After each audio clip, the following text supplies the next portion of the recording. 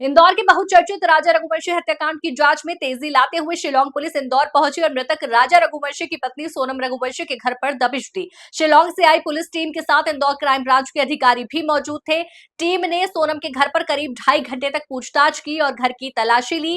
Police ने सोनम के माता पिता और भाई गोविंद रघुवंशी से भी लंबी पूछताछ की, जिसमें खास तौर पर सोनम के व्यवहार और उन दिनों की गतिविधियों को लेकर जानकारी जुटाई गई। शिलांग पुलिस गोविंद रघुवंशी को भी अपने साथ लेकर उसके घर आई थी। इससे पहले मंगलवार को पुलिस ने राजा रघुवंशी के घर पहुंचकर भी जानकारी ली थी। गौरतलब है कि राजा रघुवंशी और सोनम की शादी 11 मई को हुई थी। 20 मई को दोनों हनीमून के लिए निकले थे, लेकिन 23 मई से दोनों लापता थे। 2 जून को राजा रघुवंशी का शव शिलांग की एक घाटी में संदिग्ध परिस्थितियों में मिला। मामले की जांच में तेजी लाते हुए शिलांग पुलिस ने सोनम रघुवंशी को उत्तर प्रदेश के गाजीपुर से गिरफ्तार किया।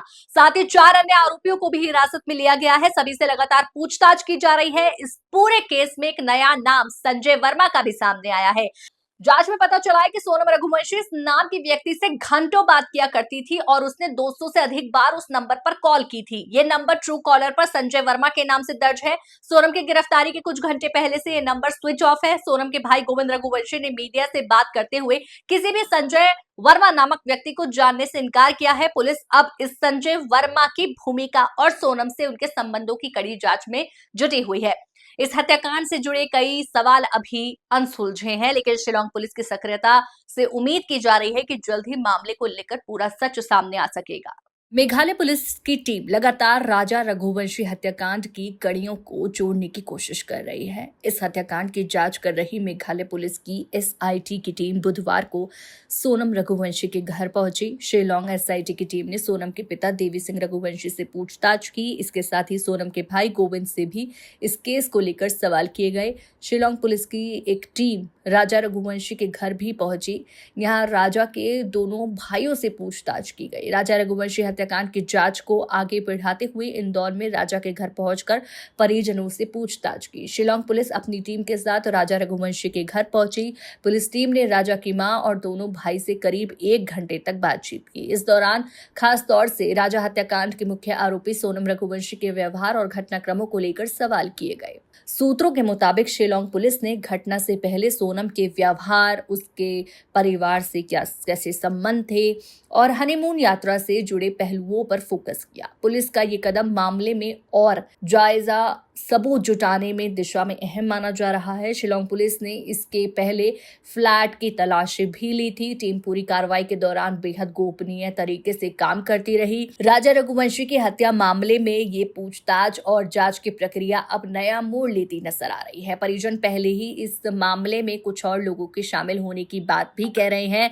अब देखना होगा कि शिलांग पुलिस की ये पूछताछ क्या नए सुराग सामने लेकर आती है। राजा रघुवंशी के परिवार से पहले धार जिले के हरीश रघुवंशी ने सोनल की कुंडली अपने बेटे के लिए मिलवाई थी। फिर पंडित जी ने कुंडली देखकर शादी से मना कर दिया था। उनके पंडित ने कहा था कि सोनम की कुंडली में खतरनाक दोष है, अगर शादी की तो जोड़ा खंडित हो जाएगा, बेटे की मौत हो जाएगी। इसके बाद हरीश ने अपने बेटे की शादी सोनम से नहीं करवाई। अब वारदात सुनने के बाद उन्होंने रघुवंशी समाज के ग्रुप पर लिखा, मेरा बेटा बच गया है। तो यहाँ पर जिस तरह की ये कड़ी सामने आ रही है, इसको लेकर यह साफ तौर पर दिखाया जा रहा है कि सोनम की कुंडली में कोई तो दोष था, जिसकी वजह से अब राजा भी नहीं रहा है। लेकिन वहीं पर आपको बता दें कि पुलिस इस वक्त लगातार छानबीन कर रही है। वहीं सोनम के भाई गोविंद के गोदाम पर भी पुलिस छानबीन के लिए गई है। वहां पर सर्च ऑपरेशन चल रहा है। काफी सबूत जुटाए जा रहे हैं, काफी जानकारी ली जा रही है और यहाँ पर सोनम के परिवार वालों से भी कई सवाल पूछे जा रहे हैं। आपको बता दें कि एसआईटी ने परिवार से पूरे 12 सवाल पूछे हैं और जो सूटकेस था वो भी जब्त किया है। जी हाँ, यहाँ पर सबसे पहले शिलांग एसआईटी उस फ्लैट पर पहुंची थी जहां सोनम छिपी हुई थी। उसके बाद एसआईटी ने राजा रघुवंशी के घर परिजनों से पूछताछ के बाद सोनम के घर वालों से भी पूछताछ की। बताया जा रहा है कि एसआईटी की टीम ने सोनम के घर से एक सूटकेस बरामद किया है और उसकी जांच की जाएगी। 2 घंटे की पूछताछ के बाद एसआईटी की टीम सोनम के घर से बाहर निकली। सबसे पहले सोनम के पिता, फिर मां और आखिरी में भाई गोविंद से पूछताछ हुई। घर में रखे सोनम के 2 सूटकेस को भी एसआईटी ने खंगाला। सोनम के भाई गोविंद ने कहा कि सोनम के व्यवहार और मर्डर मिस्ट्री से जुड़े सवालों को एसआईटी ने पूछा था। आपको बता दें दे वो 12 सवाल क्या थे। पहला सवाल था सोनम का व्यवहार कैसा था। दूसरा सवाल था सोनम का व्यवहार शादी से पहले और शादी के बाद कैसा था। तीसरा सवाल था राजा के घर से आने के बाद क्या सोनम के व्यवहार में कुछ अंतर दिखा। चौथा सवाल था सोनम फोन पर किससे लंबी लंबी बात करती थी। पांचवा सवाल था सोनम और राज के प्रेम प्रसंग की भनक थी क्या। सवाल 6 था क्या सोनम की माँ को सोनम की शादी ना करने की सोनम ने धमकी दी थी। सातवां सवाल था सोनम ने शिलोंग जाने की जानकारी कब लगी उसकी। सवाल 8 था कि राज के अलावा क्या बाकी आरोपियों का घर पर आना जाना था। सवाल 9 था सोनम के अकाउंट में इतना पैसा किसका था और कहां से आया। सवाल 10 था कि हवाला कनेक्शन संजय वर्मा और जितेंद्र रघुवंशी को लेकर भी सवाल किए गए। सवाल 11 था क्या सोनम ने फरारी के दौरान परिवार से संपर्क करने की कोशिश की। सवाल 12 था क्या सोनम और राजा से शादी के बाद कुछ अनबन हुई थी। तो यहाँ पर कई ऐसे सवाल जो यहाँ पर एसआईटी ने पूछे और उसका जवाब यहाँ पर परिवार वालों ने दिया है, लेकिन अभी तक कुछ चीजें ऐसी हैं जो सामने नहीं आई हैं, उनकी जांच पड़ताल चल रही है।